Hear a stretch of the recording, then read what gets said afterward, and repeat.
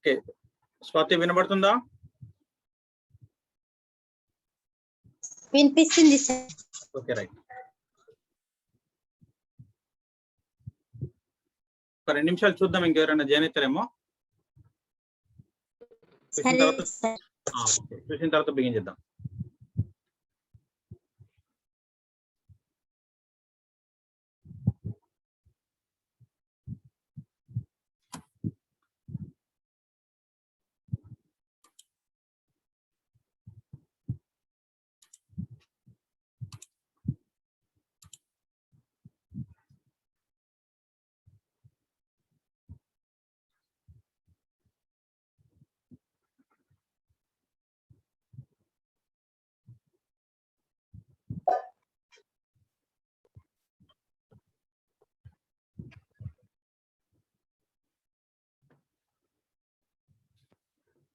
ఓకేనా? స్క్రీన్ కనబడుతుంది కదా? Yes, sir. రైట్.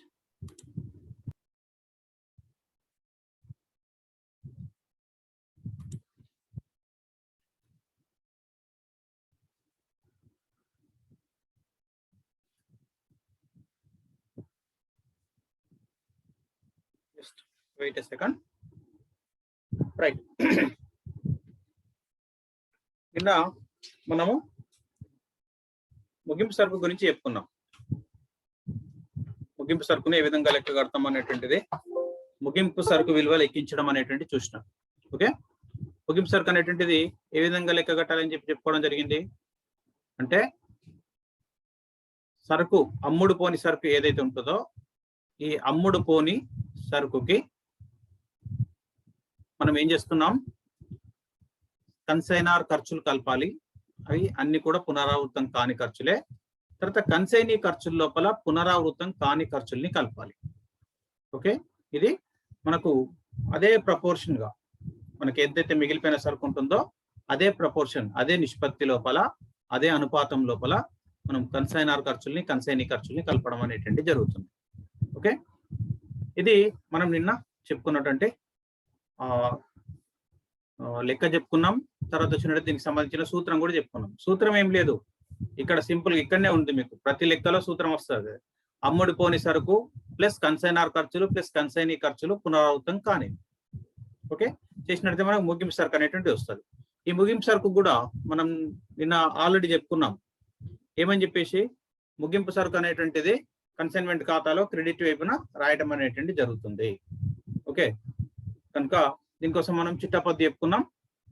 కన్సైన్మెంట్ సరుకు నిల్వ ఖాతా డేటా టు కన్సైన్మెంట్ ఖాతా, దీన్ని కన్సైన్మెంట్ ఖాతాలో క్రెడిట్ వైపున రాయడం అనేటువంటిది జరుగుతుంది. ఓకే, కనుక అది ముగింపు సరుకుకు సంబంధించినటువంటి అంశం. రైట్. ఇక్కడ మనకు ఇంకొక క్వశ్చన్ అనేటువంటిది ఇచ్చింది ఇక్కడ. Okay, Srinath consigned goods costing 25,000 to Srikanth. The recurring and non-recurring expenses on the same amounted to 5,000 and 4,000 respectively. Srikanth sold 3/4 of the goods for 35,000. Ascertain the value of unsold stock. Okay, నేను question మీకు తెలుగులో మళ్ళీ చెప్తాను. ఉండాల్సినటువంటిది first English లోపల question అనేటువంటి చూడండి. ఇక్కడ consignor ఎవరైతే ఉన్నారో, కన్సైనార్ అనే తను ఎంత సరుకు పంపిస్తున్నాడని చెప్తున్నాడు, 25,000 ఖరీదు చేసేటువంటి సరుకును పంపిస్తున్నాడు. కనుక మనం ఇక్కడ రాస్తాం పంపిన సరుకు. పంపిన సరుకు ఎంత? 25,000. ఓకే, ఇప్పుడు మనకు పునరావృతం అయ్యే ఖర్చులు, పునరావృతం కాని ఖర్చులు అని చెప్పించాడు. కనుక ఇక్కడ కన్సైనార్ పెట్టాడా కన్సైనీ పెట్టాడా అనేటువంటి మనకు చెప్పలేదు. ఓకే, చెప్పకపోయినప్పటికీ కూడా ఉండాల్సినటువంటిది పునరావృతం కాని ఖర్చులు అంటే ఒకేసారి జరిగే ఖర్చులు. ఓకే, ఒకేసారి ఖర్చులను మనం పునరావృతం కాని ఖర్చులు అని చెప్పేసి అంటాం. వీటిని ఇంగ్లీష్ లోపల ఉండాల్సినటువంటిది నాన్ రికరింగ్ ఎక్స్పెన్సెస్ అని చెప్పేసి అంటాం. కనుక పునరావృతం కాని ఖర్చులు నాన్ రికరింగ్ ఎక్స్పెన్సెస్ 4,000. తర్వాత మళ్ళీ జరిగే ఖర్చులు, ఓకే, ఉండాల్సినటువంటిది మళ్ళీ జరిగే ఖర్చులను పునరావృతం అయ్యే ఖర్చులు అని చెప్పేసి అంటాం. కనుక వీటిని రికరింగ్ ఖర్చులు అని చెప్పేసి అంటాం. అవి మనకు 5,000 అని చెప్పేసి అన్నాడు. తర్వాత కన్సైనీ సరుకును అమ్మిండు అని చెప్పేసి అన్నాడు, అంటే అమ్మకాలు అని చెప్పేసి అన్నాడు. అమ్మకాలు ఎంత అని చెప్తున్నాడు? 35,000 అని చెప్పేసి అన్నాడు. ఇది మొత్తం పంపిన సరుకులో 3/4 వంతు అమ్మిండు అని చెప్పేసి అన్నాడు. మీరు ఇక్కడ వీటిని కాస్త నేర్చుకోవాలి ఇప్పుడే. ఇక్కడ మొత్తం సరుకు పంపింది ఒకటైతే దాంట్లో 3/4 వంతు ఉండాల్సినటువంటిది మనకు మిగిలింది అని చెప్పేసి అంటున్నాడు. అంటే ఉండాల్సింది మీకు ఇంకా సింపుల్ భాషలో చెప్పినట్టయితే మొత్తం సరుకుని 4 భాగాలు చేసినట్టయితే 3 భాగాలు లేదా 3 ముక్కలు అమ్మేసిండు అంటే ఒక ముక్క మిగులుతుంది. ఎన్ని ముక్కల్లో? 4 ముక్కలు. అంటే మిగిలింది ఎంత? 1/4 వంతు మిగిలినట్టు. ఓకే, కనుక మీరు ఉండాల్సినటువంటిది ఇక్కడ ఓకే కాసాగు తీసినప్పటికి కూడా ఓకే కనిష్ట సామాన్య గుణిజం అని చెప్పేసి మనం చెప్తాం.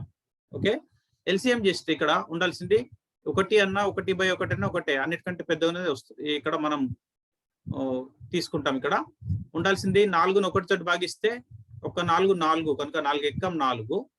ఇక్కడ 4ను 4 తోటి భాగిస్తే 1 వస్తుంది. 1 3 3 కనుక 4 - 3 అన్నప్పుడు 1/4 వంతు వస్తుంది. ఇట్లా చేయొచ్చు, లేదా సింపుల్ గా ఇట్లా చేసినా వస్తుంది. లేదా మీరు దీన్ని పర్సెంటేజ్ లోకి మార్చొచ్చు. పర్సెంటేజ్ లోపలికి ఎట్లా మారుస్తారు? 3/4 వంతు ఉంది అంటే ఎంత శాతం అవుతుంది అంటే ఇంటూ 100 చేయండి. 4 ఎక్కం 4 25ల 100 25 మూల 75 కనుక 75% సరుకు అమ్మిండు అంటే మిగిలిన సరుకు ఎంత? 25% మిగిలింది. కనుక మీకు ఏ రూపంలో దీన్ని అర్థం చేసుకోగలిగితే అదే రూపం లోపల అర్థం చేసుకోవాలి. ఓకే ఓకే ఇప్పుడు మనం అడిగిన ప్రశ్న ఏంటిది? ముగింపు సరుకు కనుక్కోమని చెప్పేసి అన్నాడు. అంటే 75% సరుకు అమ్ముడు పోయింది లేదా 1/4 మిగిలిపోయింది. ఓకే కనుక 20% మిగిలిపోయింది. కనుక ఇప్పుడు మనకు కావాల్సింది మిగిలిన సరుకు యొక్క విలువ కావాలి. కనుక ఇక్కడ మనం పైన హెడ్డింగ్ పెడతాం ఏమని చెప్పేసి, ముగింపు సరుకు మూల్యాంకనము, లేదా సింపుల్ గా చెప్పినట్టయితే ముగింపు సరుకు యొక్క విలువ. రైట్, ముగింపు సరుకు యొక్క విలువ ఎట్లా వస్తుంది అంటే ఉండాల్సినటువంటిది సరుకు ఖరీదు ధర.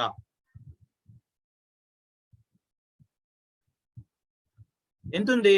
మొత్తం పంపిన సరుకు యొక్క ఖరీదు ధర 25,000 ఉంది. పంపిన సరుకు యొక్క ఖరీదు ధర. దీంట్లో ఎంత మిగిలింది? 1/4 వంతు మిగిలింది. ఓకే కనుక మీకు క్యాల్కులేటర్ అనేటువంటిది మనకు ఎగ్జామ్ లో వాడొచ్చు. మీరు అట్లా చేసినా సరే, లేదా మీకు నోటికి చేసినా ఇబ్బంది ఏం లేదు. కనుక 25,000ను 4 తోటి భాగించండి. ఎంత వస్తుంది? 6,250 రూపాయలు వస్తుంది. 6,250 రూపాయలు ఖరీదు ధర. ఇప్పుడు దీనికి ఏం చేయాలి? కన్సైనర్ ఖర్చులు ఖచ్చితంగా కలపాలి. కన్సైనీ ఖర్చుల్లో పునరావృతం కాని ఖర్చులు కలపాలి. కానీ ఇక్కడ మనకు ఇద్దరి ఖర్చులు వేరువేరుగా ఇవ్వకుండా ఒకటే మాట చెప్పాడు. ఒకేసారి చెల్లించబడే ఖర్చులు 4,000 అన్నాడు, పునరావృతం కాని ఖర్చులు 4,000 అన్నాడు. కనుక ఇక్కడ మనం వాటిని 25% లేదా 1/4 కలుపుతాం. కనుక పునరావృతం ఓకే కాని ఖర్చులు లేదా ఒకేసారి జరిగే ఖర్చులు ఓకే ఎంత? 4,000 రూపాయలు. ఇది మొత్తం సరుకుది. కానీ మనకి మిగిలిపోయిన సరుకు యొక్క నిష్పత్తినే కలపాలి. మిగిలిపోయిన సరుకు ఎంత? 1/4 వంతు. అంటే 4,000 లోపల 1/4 వంతు అంటే ఎంత అవుతుంది? 1,000 రూపాయలు అవుతుంది. ఇప్పుడు పునరావృతం అయ్యే ఖర్చుల్ని వదిలేసేయాలి. 5,000 రూపాయలు వదిలేసేయాలి. ఇప్పుడు మనకు టోటల్ ఎంత వచ్చింది? 7,250 రూపాయలు వచ్చింది. కనుక ఇది మనం ఏమని తీసుకుంటాం? ముగింపు సరుకుగా కన్సైన్మెంట్ ఖాతా లోపల క్రెడిట్ చేయడం అనేటువంటి జరుగుతుంది. ఓకే రైట్, లెక్క రాసుకోండి, ప్రశ్న రాసుకోండి ఫస్ట్, తర్వాత కింద ఆన్సర్ రాసుకోండి. రెడీనా? Yes, sir. Yes, sir. Right. Srinath ప్రశ్న రాసుకోండి. శ్రీనాథ్ రూపాయలు 25,000 విలువ చేసే సరుకును రూపాయలు 25,000 విలువ చేసేటువంటి సరుకును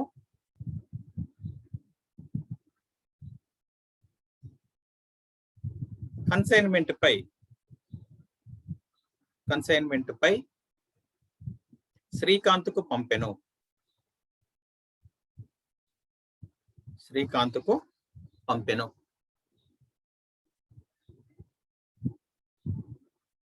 దీనికై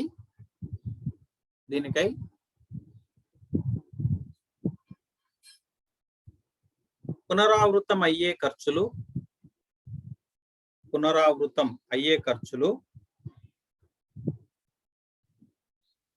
రూపాయలు 5,000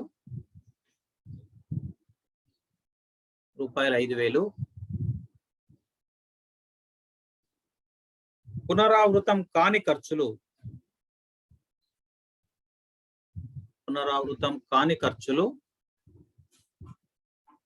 రూపాయలు 4,000 చెల్లించిరి.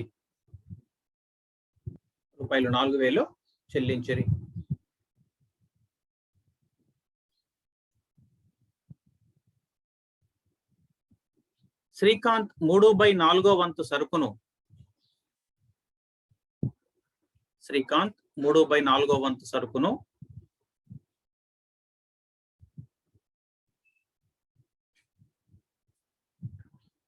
రూపాయలు 35,000కు అమ్మెను.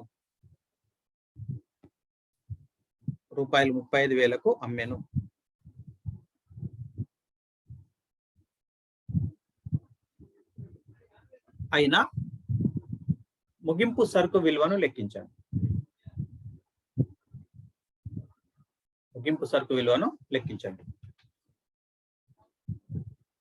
రైట్. ఇదంతా మనం అండర్స్టాండింగ్ కోసం రాసుకున్నది. మీరు ఇవన్నీ రాయాల్సిన అవసరం లేదు. ఓకే, కేవలం ఇక్కడ మనకి ఏదైతే ముగింపు సరుకు అని చెప్పేసి రాసినామో అదొకటి రాసుకోండి ఆన్సర్ కింద.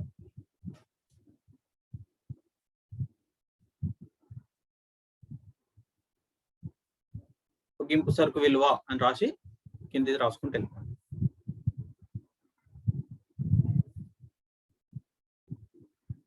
ఓకే, ఇది రాసుకుంటే సరిపోతుంది.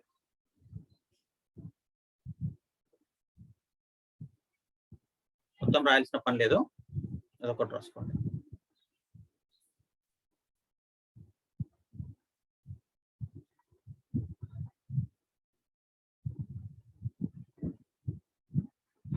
ఈ బాక్స్లో ఉన్నది రాసుకోండి. రాసుకోండి, అయిపోగానే చెప్పండి. నెక్స్ట్ ఇంకో లెక్కకి వెళ్దాం.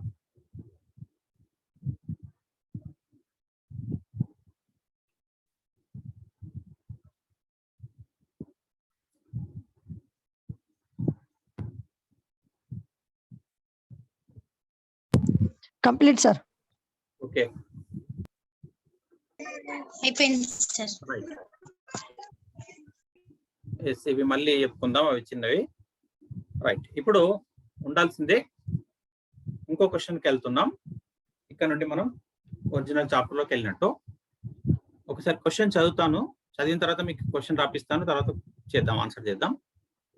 రామండ్ company of Calcutta consigned 50 cases of goods at ₹200 each to Nathan of Bombay. The consignor pays 200 for insurance and for freight 300 rupees. Nathan sent an account sales showing the gross proceedings at 24,000 rupees. The expenses paid by Nathan were dock dues ₹20, carriage ₹50, warehousing expenses 130. He sent the amount due to the consignor after deducting 4% commission. Give journal entries in the books of both parties. Okay, now he is asking for journal entries, but we are going to do all the accounts.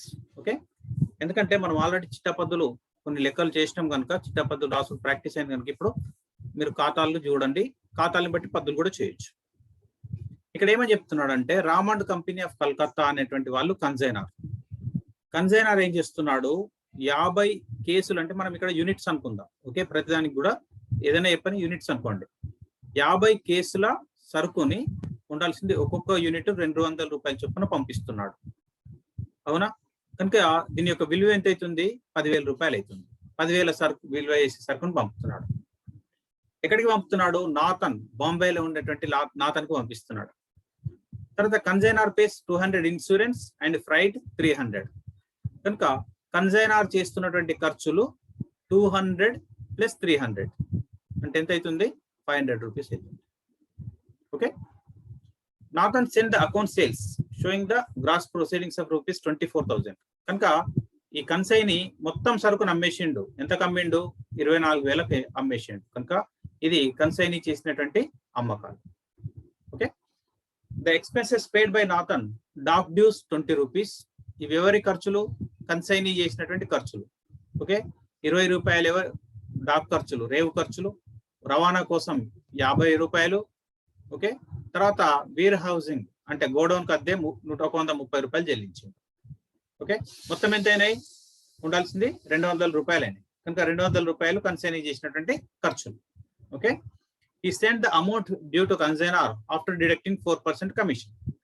కనుక ఉండాల్సినటువంటిది ఏదైతే commission ఉందో, okay, commission ఎంత అని చెప్తున్నాడు? 24,000 మీద 4% అని చెప్పేసి అంటున్నాడు. ఓకే, మీ దగ్గర క్యాల్కులేటర్ ఉన్నట్టయితే క్యాల్కులేటర్ తోటి చేయండి. 24,000 మీద 4% చేయండి, ఎంత వస్తుందో? 960 రూపాయలు. ఓకే, ఇప్పుడు ఈ 24,000 లోపల నుంచి 200 రూపాయల ఖర్చులు, 960 రూపాయల కమిషన్ పట్టుకొని మిగిలిన మొత్తాన్ని పంపిస్తున్నాడు. ఎవరికి పంపిస్తున్నాడు? కన్సైనర్ కు పంపిస్తున్నాడు. కనుక దీని లోపల తీసేస్తున్నట్టు ఎంత? 200 రూపాయల ఖర్చులు, 960 రూపాయల కమిషన్. అంటే బ్యాలెన్స్ అమౌంట్ కన్సైనీ ఖాతాలో మనకి ఎంత రావాలి? 22,840 రూపాయలు బ్యాలెన్స్ అమౌంట్ అనేటువంటిది వస్తుంది.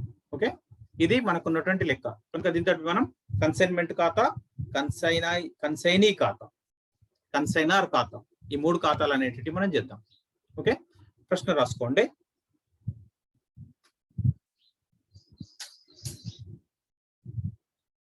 రామన్ కంపెనీ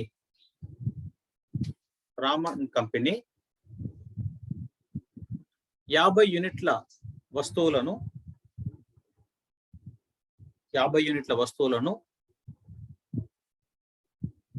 ఒక్కొక్క యూనిట్ రూపాయలు 200 చొప్పున, ఒక్కొక్క యూనిట్ రూపాయలు 200 చొప్పున బొంబాయిలో ఉన్న నాతనుకు కన్సైన్మెంట్ పై పంపెను.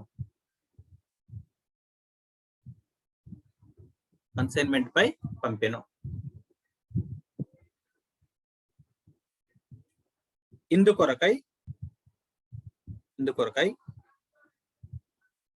కన్సైనర్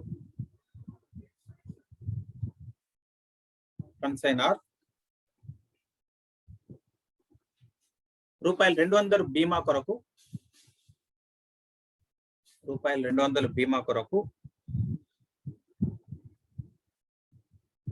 300 ఇన్సూరెన్స్ కొరకు,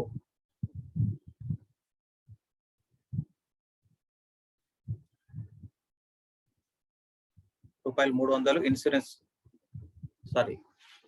200 ఇన్సూరెన్స్ కొరకు మరియు రూపాయలు 300 ఫ్రైట్ కొరకు చెల్లించాను.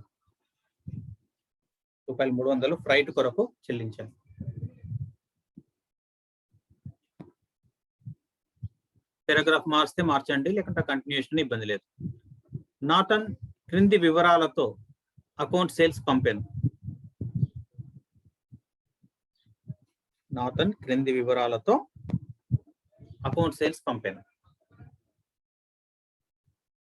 మొత్తం అమ్మకాలు 24,000.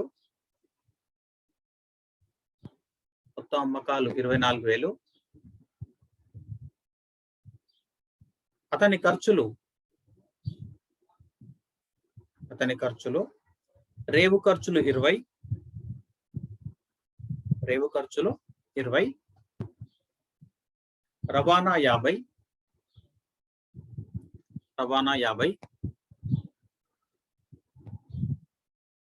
గిడ్డంగి ఖర్చులు 130.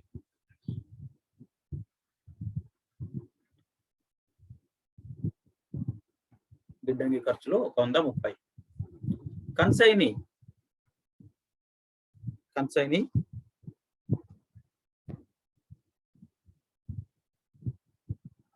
తన కమిషన్ 4%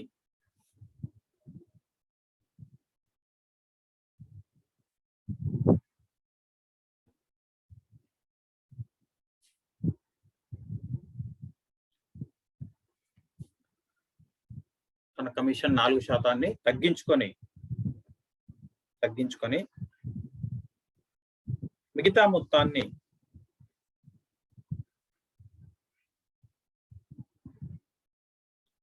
మిగతా మొత్తాన్ని కన్సైనార్ కు పంపెను. మిగతా మొత్తాన్ని కన్సైనార్ కు పంపెను. ఓకేనా?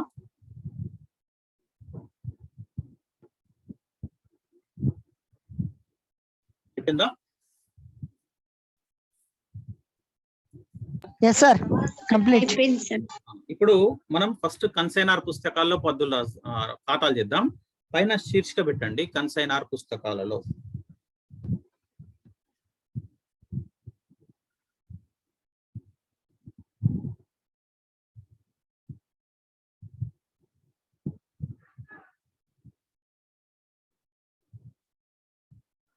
ఓకే, దాంట్లో మనం ఫస్ట్ చేసేది కన్సైన్మెంట్ ఖాతా చేస్తాం. ఖాతా గీయండి, కన్సైన్మెంట్ ఖాతా లేదా బొంబాయి కన్సైన్మెంట్ ఖాతా.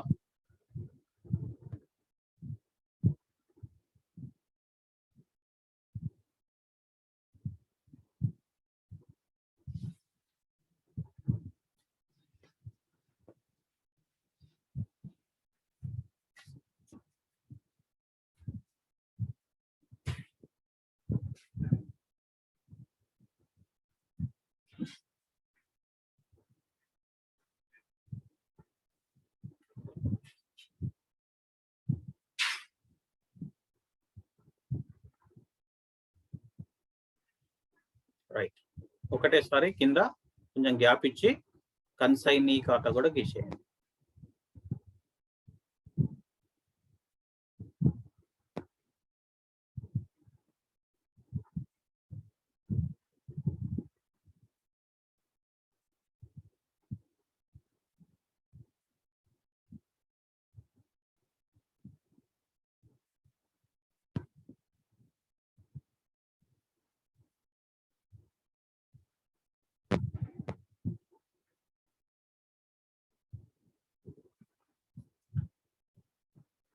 ఓకేనా?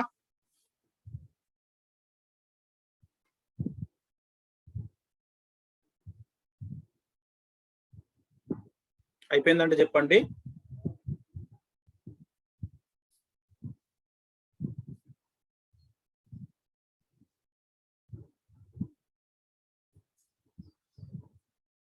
అయిపోయింది సార్. ఫస్ట్ మనము ఒక్కొక్క అంశానికి పద్దులు అనుకుంటూ వీటి లోపల నమోదు చేద్దాం. అమౌంట్స్ తర్వాత రాద్దాం. ఎందుకంటే నేను మీకు ఇంతకుముందు చెప్పిన ప్రాక్టీస్ లెక్క లోపలనే చెప్పాను ఏంటంటే, మనము ఒక లెక్క పర్ఫెక్ట్ గా అర్థం చేసుకున్నట్టయితే మిగతా ఎన్ని లెక్కలు చేసినప్పటికి కూడా ఉండాల్సినటువంటిది అదే పద్ధతి లోపల పద్దులు వస్తాయి, అదే పద్ధతి లోపల ఖాతాలు తయారవుతాయి. ఓకే, ఇప్పుడు మొదటి పద్దు కన్సైన్మెంట్ పై సరుకు పంపినరు. అవునా? ఇంకా చిట్టా పద్దు ఏమొస్తుంది? కన్సైన్మెంట్ ఖాతా నామమాత్రపు ఖాతా అని చెప్పాం కనుక కన్సైన్మెంట్ ఖాతా డేటా టు కన్సైన్మెంట్ పై పంపిన సరుకు ఖాతా. కనుక కన్సైన్మెంట్ పై పంపిన సరుకు ఖాతా ఎక్కడ రాయాలి? కన్సైన్మెంట్ ఖాతా లోపల డెబిట్ వైపును రాయాలి. టు కన్సైన్మెంట్ పై పంపిన సరుకు ఖాతా. అది ఎంత అమౌంట్ రాసిందో తర్వాత రాద్దాం. Okay, next. ఇప్పుడు ఏముంది? అడ్వాన్స్ లేదు కానీ కన్సైనార్ ఖర్చులు ఉన్నాయి. కన్సైనీ చేసిన కన్సైనార్ చేసిన ఖర్చులను కన్సైన్మెంట్ ఖాతాలో డెబిట్ వైపును రాస్తాం. కనుక కన్సైన్మెంట్ ఖాతా డెటార్ టు నగదు ఖాతా, నగదు పోతుంది కనుక ఉండాల్సినటువంటిది నగదు. ఓకే, అమౌంట్ తర్వాత రాద్దాం. సేమ్ వస్తుంది పద్దు, మీకు ఎన్ని సందర్భాలైనా సేమ్ వస్తుంది పద్దు కనుక ఇది ఉండాల్సింది రెండో పద్దు. ఓకే, తర్వాత ఉండాల్సింది మనకు తర్వాత ఏమని చెప్పాడు? కన్సైనీ సరుకు అమ్మిండు అని చెప్పాడు. అమ్మితే కన్సైనీని రుణగ్రస్తుని చేయాలి, కన్సైనీ ఖాతాను డెబిట్ చేయాలి. ఇది కన్సైన్మెంట్ ఆదాయము కనుక కన్సైన్మెంట్ ఖాతాను క్రెడిట్ చేయాలి. ఓకే, కనుక కన్సైనీ ఖాతా డెటార్ టు కన్సైన్మెంట్ ఖాతా, కన్సైనీ ఖాతాను డెబిట్ చేయండి టు కన్సైన్మెంట్ ఖాతా. ఓకే, అమౌంట్ తర్వాత రాద్దాం. ఇప్పుడు కన్సైన్మెంట్ ఖాతా ఏమైతుంది? బై కన్సైన్మెంట్ ఖాతా ఏమైతుంది? బై కన్సైనీ ఖాతా. బై కన్సైనీ ఖాతా. ఓకే, అమౌంట్ తర్వాత రాద్దాం. మొదటిది సరుకు పంపినందుకు రాష్ట్రం, రెండవది కన్సైనర్ ఖర్చుల కోసం రాష్ట్రం, మూడవది కన్సైనీ సరుకు అమ్మినందుకు రాష్ట్రం. ఓకే, నెక్స్ట్ తర్వాత ఏముంది? కన్సైనీ ఖర్చులు. కన్సైనీ చేసిన కన్సైనర్ చేసిన ఖర్చు ఖర్చే కన్సైన్మెంట్ ఖాతాకు డెబిట్ చేయాలి, కన్సైనీని రుణదాతం చేయాలి, అంటే కన్సైనీని క్రెడిట్ చేయాలి. కనుక కన్సైన్మెంట్ ఖాతా డేటా టు కన్సైనీ ఖాతా, టు కన్సైనీ ఖాతా. కన్సైన్మెంట్ ఖాతాను డెబిట్ చేయాలి. కన్సైనీ ఖాతా ఏమవుతుంది? క్రెడిట్ అవుతుంది. కన్సైనీ ఖాతా లోపల ఏమని వస్తుంది? బై కన్సైన్మెంట్ ఖాతా అని వస్తుంది. బై కన్సైన్మెంట్ ఖాతా అని వస్తుంది.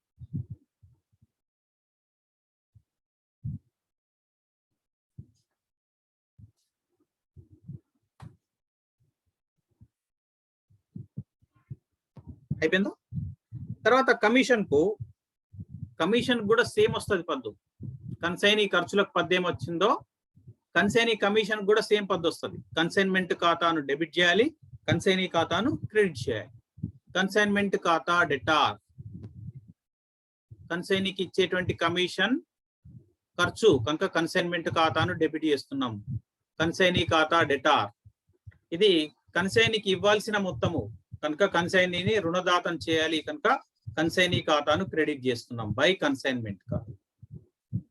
ఓకే, ఇంతే మనకి మొత్తం ప్రశ్న చెప్పింది ఇంతే.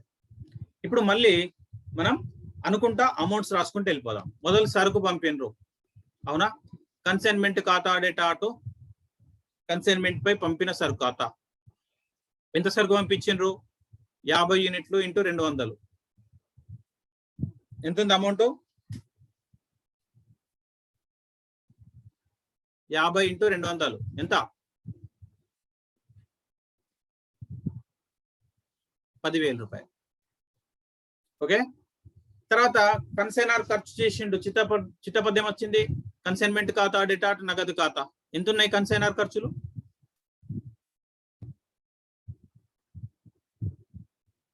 కన్సైనర్ ఖర్చులు ఎంత? 200 ప్లస్ 300 ఎంత ఉన్నాయి? 500. 500. గుడ్, కనుక 500 నగదు ఖాతా. తర్వాత కన్సైనీ మొత్తం సరుకు అమ్మేసిండు, ఎంత కమ్మిండు? 24,000. 24,000. కనుక కన్సైనీ ఖాతా డేటా టు కన్సైన్మెంట్ ఖాతా, కన్సైనీ ఖాతాను డెబిట్ చేయాలి, కన్సైన్మెంట్ ఖాతాను క్రెడిట్ చేయాలి. అంటే కన్సైన్మెంట్ ఖాతా లోపల బై కన్సైనీ ఖాతా 24,000 అని రాయాలి. నెక్స్ట్ కన్సైనీ ఖర్చులు 20 ప్లస్ 30 ప్లస్ 130 అని చెప్పేసింది. 20 ప్లస్ 50 ప్లస్ 130. మొత్తం కన్సైనీ చేసిన ఖర్చులు ఎంత వచ్చినాయి?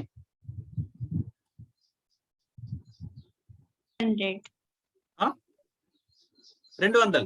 కన్సైనీ ఖాతాను డెబిట్ చేయాలి, కన్సైన్మెంట్ ఖాతాను డెబిట్ చేయాలి, కన్సైనీ ఖాతాను క్రెడిట్ చేయాలి. తర్వాత కన్సైనీ కమిషన్ అని చెప్పేసి అన్నాడు. ఎంత కమిషన్ అన్నాడు? 24,000 పైన 4% అన్నాడు. ఓకే, 24,000 మీద 4% చేస్తే 960 రూపాయలు వచ్చింది మనకు కమిషన్. ఓకే, కనుక దీనికి కూడా మనకు సేమ్ పద్ధతి వస్తుంది. ఏమని? కన్సైనీ ఖాతా డేటా టు కన్సైన్మెంట్ ఖాతా డేటా టు కన్సైనీ ఖాతా. కన్సైన్మెంట్ ఖాతా లోపల టు కన్సైనీ ఖాతా, కన్సైనీ ఖాతా లోపల బై కన్సైన్మెంట్ ఖాతా 960. ఓకే, ఇప్పుడు డెబిట్ సైడ్ ఎక్కుంటే కన్సైన్మెంట్ ఖాతాలో నష్టము, క్రెడిట్ సైడ్ ఎక్కుంటే లాభం. మనం చూసినట్టయితే క్రెడిట్ సైడ్ ఎక్కువ ఉంది 24,000 రూపాయలు. ఓకే, కనుక 24,000 రూపాయలు అనేటువంటిది మనం చూస్తాం. తీసినట్టయితే ఇప్పుడు మనకు తేడా అనేటువంటిది లాభం అవుతుంది. ఓకే, కనుక మీరు 24,000 minus 10,000 minus 500 minus 200 minus 960. Okay, చేస్తే ఎంత వచ్చింది లాభం? 12,340 రూపాయలు. ఇప్పుడు దీన్ని లాభ నష్ట ఖాతాకు మళ్లింపు చేస్తాం. పద్యం వస్తుంది కన్సైన్మెంట్ ఖాతా డేటా టు లాభ నష్టాల ఖాతా. ఇప్పుడు ఈ కన్సైన్మెంట్ ఖాతా ఏదైతే ఉంటుందో ఈ కన్సైన్మెంట్ ఖాతా మూసేయబడుతుంది. అయిపోయింది ఇక్కడ. ఇప్పుడు కన్సైనీ దగ్గరికి రండి. కన్సైనీ 24,000 రూపాయలు సరుకు అమ్మిండో 24,000 రూపాయలు అతని నుంచి రావాలి. కానీ అతనికి చెల్లించాల్సిన మొత్తం 200 రూపాయలు. 200 రూపాయలేమో అతని ఖర్చులు ఉన్నాయి. ఓకే, తర్వాత వచ్చినట్టయితే 960 రూపాయలేమో అతనికి చెల్లించాల్సినటువంటి కమిషన్ ఉంది. ఓకే, కనుక ఈ రెండు తీసేస్తే 24,000 రూపాయల నుంచి 200, 960 రెండు తీసేస్తే అతనికి నుంచి రావాల్సిన మొత్తం వస్తుంది. అతని నుంచి రావాల్సిన మొత్తం ఎంత? 22,840 రూపాయలు. రైట్, ఈ బాకీ మొత్తాన్ని అతను చెల్లించిండు అని చెప్పిండు కనుక బ్యాంకు ద్వారా వచ్చినట్టయితే బ్యాంకు ఖాతా డేటా టు కన్సైనీ ఖాతా, లేదా నగదు ఖాతా డేటా టు కన్సైనీ ఖాతా. కనుక ఇప్పుడు కన్సైనీ ఖాతా లోపల ఏమని రాస్తాం? బై బ్యాంకు ఖాతా అని చెప్పేసి రాస్తాం. సో ఇక్కడికి కన్సైనీ ఖాతా కూడా మూసేయబడ్డది. అతని నుంచి రావాల్సిన మొత్తం ఏమీ లేదు.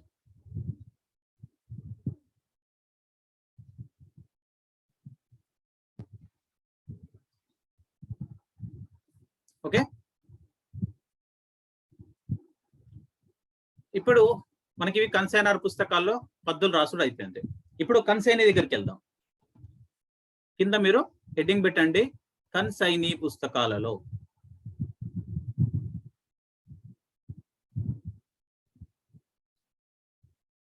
కన్సైనీ పుస్తకాలలో సాధారణంగా ఒకటే ఖాతా చేయడం జరుగుతుంది. దాని పేరేంటిది? ఖాతా పేరేంటిది? కన్సైనార్ ఖాతా. కన్సైనార్ ఖాతా.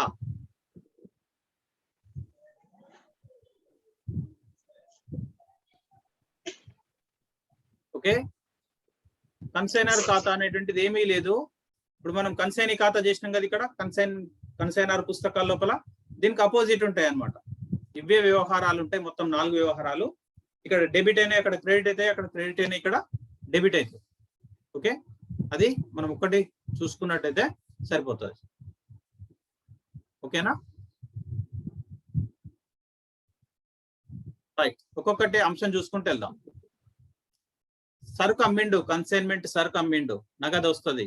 నగదు ఖాతా డేటా టు కన్సైనర్ ఖాతా. కన్సైనర్ ని రుణదాతం చేయాలి కనుక బై నగదు ఖాతా అని రాసినా సరే, బై బ్యాంక్ ఖాతా అని రాసినా సరే మీ ఇష్టం. ఎంత సరుకు అమ్మిండు? 24,000 సరుకు అమ్మిండు కనుక 24,000 కన్సైనర్ ఖాతాను క్రెడిట్ చేయాలి. మొదటి పద్దు.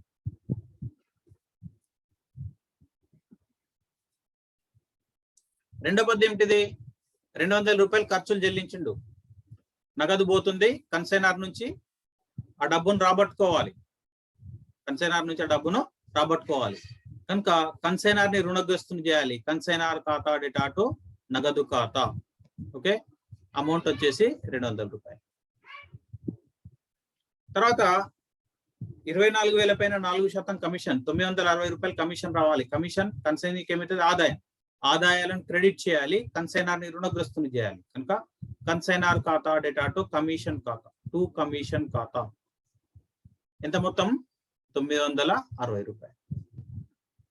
ఓకే, ఇక్కడికి అన్ని అంశాలు అయిపోయినాయి కనుక కన్సైనర్ కు చెల్లించాల్సిన మొత్తాన్ని కనుక్కోవాలి. ఓకే, 24,000 రూపాయలు, 24,000 రూపాయలు. ఓకే, ఇప్పుడు రెండు తీసేస్తే మనం ఆల్రెడీ చేసింది ఉంది ఇక్కడ మనకు. ఓకే, ఎంత ఉంది? 22,840 రూపాయలు ఉంది కనుక 22,840 రూపాయలు బాకీ మొత్తం బ్యాంకు ద్వారా చెల్లించిండు లేదా చెక్ ద్వారా చెల్లించిండు అనుకుంటే కన్సైనర్ ఖాతా డేటా టు బ్యాంకు ఖాతా అని చెప్పేసి వస్తుంది. ఇక్కడికి ఉండాల్సినటువంటిది కన్సైనర్ పుస్తకాల లోపల, కన్సైనీ పుస్తకాల లోపల కన్సైనర్ ఖాతా మూసేయబడి. ఇంతే.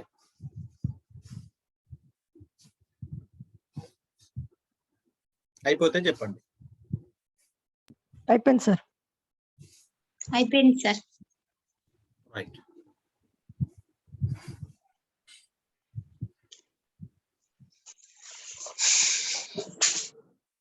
ఇక్కడ ఒక ప్రశ్న ఉంది. మనకు ఎక్కువ టైం లేదు, ఒక 2-3 నిమిషాలు ఉంది కనుక నేను ఒకసారి చదువుతాను. Okay, the firm of SC and Company of Delhi consigned to Premier and Company Rangoon 50 cases of piece goods valued 350 each. అంటే మనకి ఇక్కడ పంపుతున్నటువంటి సరుకు ఎంత పంపుతున్నాడు అంటే 50 యూనిట్లు, ఒక్కొక్క యూనిట్ ని 350 రూపాయలతో పంపుతున్నాడు. First point. Second point, consignor paid freight and insurance 1800. ఇవి కన్సైనర్ యొక్క ఖర్చులు. Received and advance from premier and company 8000. ఇది అడ్వాన్స్ వచ్చింది వాళ్ళ దగ్గర నుంచి. ఓకే, ఇవి కన్సైనర్ దగ్గర జరిగిన వ్యవహారాలు. కన్సైనీ దగ్గరికి వెళ్తే received and account sales from premier and company giving particular size gross proceeds 28,000. అంటే సరుకును 28,000 అమ్మింది. Okay, expenses warehousing, carriage, dock dues etcetera incurred by them amounted to 900 rupees. 900 రూపాయలు ఖర్చులైనాయి. Okay, commission 1000 rupees. Okay, received bank demand draft for the balance due by them on consignment. From the above particulars, prepare necessary ledger accounts in the books of consignors and those of consignees. ఇంతే simple వ్యవహారం. Okay, ఇదేంటిది? పంపిన సరుకు, ఇది consignor ఖర్చులు, ఇది వచ్చిన advance, ఇవి అమ్మకాలు కన్సైనీ చేసినటువంటి, ఇవి కన్సైనీ ఖర్చులు, ఇది కన్సైనీ యొక్క కమిషన్. ఓకే, దీంతో మనం ఏం చేయాలి? దీంట్లో ఇంతకుముందు లెక్కకి ఈ లెక్క తేడా ఏమొచ్చిందంటే, ఒకటి అడ్వాన్స్ వచ్చిన అమౌంట్ ఒకటే తేడా వచ్చింది, మిగతా లెక్క అంతా సేమ్ ఉంది. ఓకే, కనుక మనకు ఇప్పుడు ఇంత పెద్దగా లెక్క రాయించేంత టైం లేదు కనుక స్క్రీన్ షాట్ తీసుకుంటారా, లేకుంటే నేను ఫోటో తీసి పంపాలా? తీసుకున్నాం సార్. తీసుకున్నారా? మరి ఈ లెక్కకు మీరు ఆన్సర్ చేయగలుగుతారా? ఓకే సార్, ట్రై చేస్తాం. ట్రై చేస్తారా? సార్ స్వాతి, ట్రై చేస్తా సార్. ఇప్పుడు మీరు 350 ఇంటూ 50 యూనిట్లు చేస్తే ఎంత వస్తుంది అంటే 17,500 రూపాయలు పంపిన సరుకు. ఓకే, ఇది కన్సైనర్ పుస్తకాలు, ఇవి కన్సైనీ పుస్తకాలు. లెక్క పెద్దగా ఉంది కానీ మళ్ళీ చేసేది అంతే ఉంది, పెద్ద తేడా ఏం లేదు. ఓకే, మీరు ట్రై చేయండి. నేను ఏం చేస్తానంటే మీకు మీరు రాసుకున్నారు అయినప్పటికీ కూడా నేను ఒక ఫోటో తీసి పంపిస్తాను. ఓకే, మీరు నాకు అది ఒక పేపర్ మీద చేసి, ఇద్దరు పుస్తకాలు ఒక పేపర్ మీద చేసేసి నాకు పంపించాలి. పంపిస్తారు కదా? Okay sir.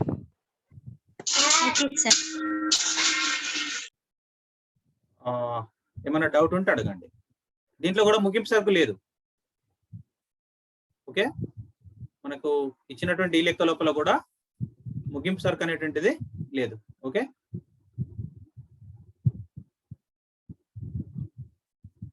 రైట్.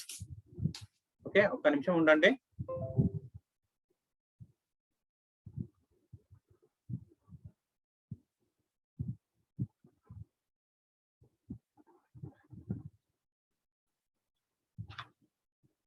మళ్ళీ రేపు సేమ్ టైం కి క్లాస్ ఉంటుంది. రైట్, క్లోజ్ చేస్తాం. ఓకే, ఇక్కడ close thank you sir. Right.